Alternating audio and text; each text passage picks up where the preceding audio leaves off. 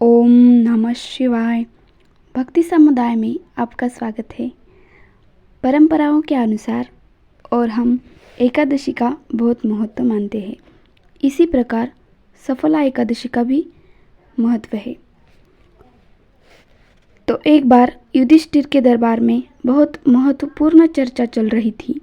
तभी युधिष्ठिर ने भगवान श्री कृष्ण से कहा, हे जनार्दन, मैंने मार्गशीर्ष शुक्ल पक्ष एकादशी का सविस्तर वर्णन सुना। अब आप मुझे कृपा करके पौष माह के कृष्ण पक्ष की एकादशी के विषय में बताइए। इस एकादशी का क्या नाम है तथा इसके व्रत का विधान, इसकी विधि और ये व्रत करने से किस फल की प्राप्ति होती है, कृपया ये सब मुझे बताइए। तो इस बात पर भगवान श्री कृष्ण बोले, हे धर्मराज,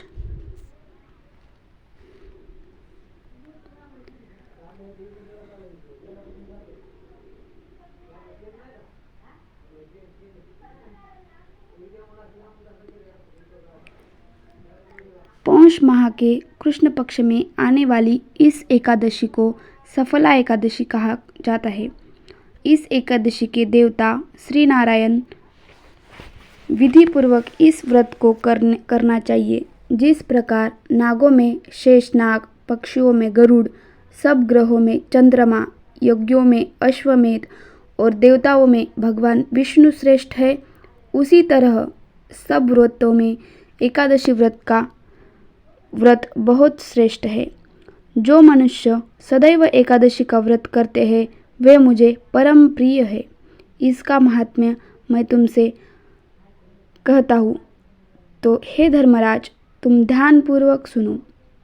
भक्तवत्सल भगवान श्री कृष्ण कहने लगे कि धर्मराज, मैं तुम्हारे स्नेह के कारण तुमसे कहता हूँ कि एकादशी व्रत के अतिरिक्त मैं अधिक से अधिक दक्षिणा पाने वाले यज्ञ से भी प्रसन्न नहीं होता हूँ। इसे अत्यंत भक्ति और श्रद्धा से युक्त होकर करे।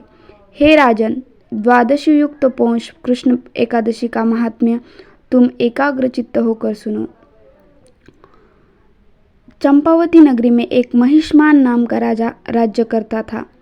उसके 4 पुत्र थे। उन सब में लुम्पक नाम वाला बड़ा राजपुत्र महापापी था।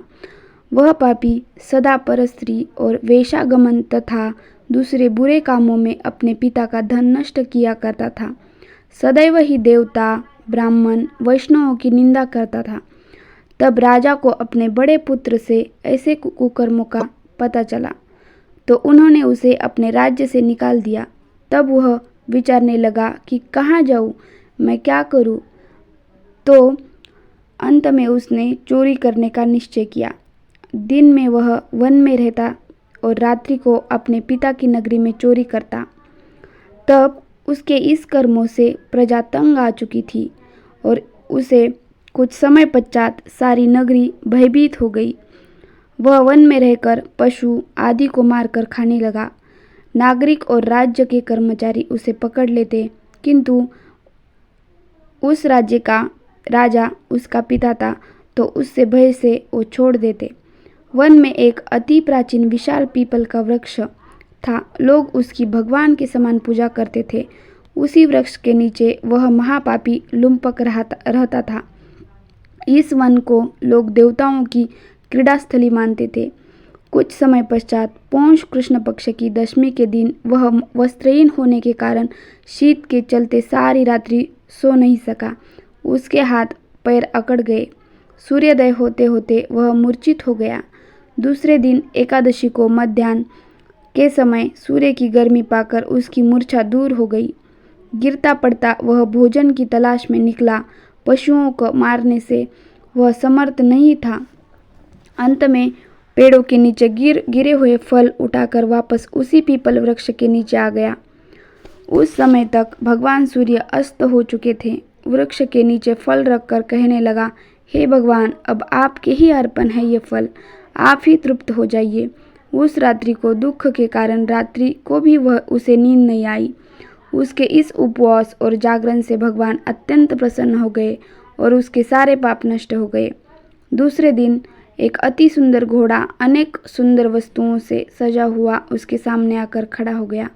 उसी समय आकाशवाणी हुई कि हे राजपुत्र, श्री नारायण की कृपा से तेरे पाप नष्ट हो गए हैं। अब तू अपने पिता के पास जाकर राज्य प्राप्त कर। ऐसी वाणी सुनकर वह अत्यंत प्रसन्न हुआ और दिव्य वस्त्र धारण करके भगवान आपकी जय हो कहकर पिता के पास गया।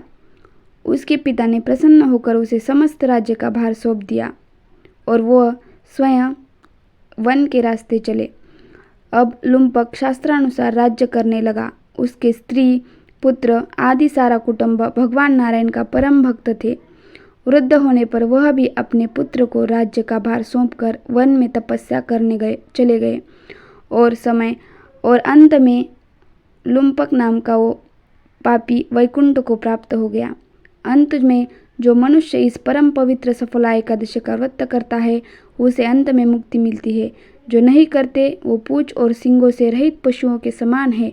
इस सफला एकादशी का पढ़ने से अथवा श्रवण करने से भी मनुष्य को अश्वमेध यज्ञ का फल मिलता है। तो आपको ये कहानी कैसी लगी? एक कथा सफला एकादशी की है, इसे सुनने मात्र से भी आपको अश्वमेध यज्ञ का फल मिलता है। तो प्लीज़ अगर आपको ये कथा अच्छी लगी तो मेरे चैनल को सब्सक्राइब और लाइक ज़रूर कीजिए।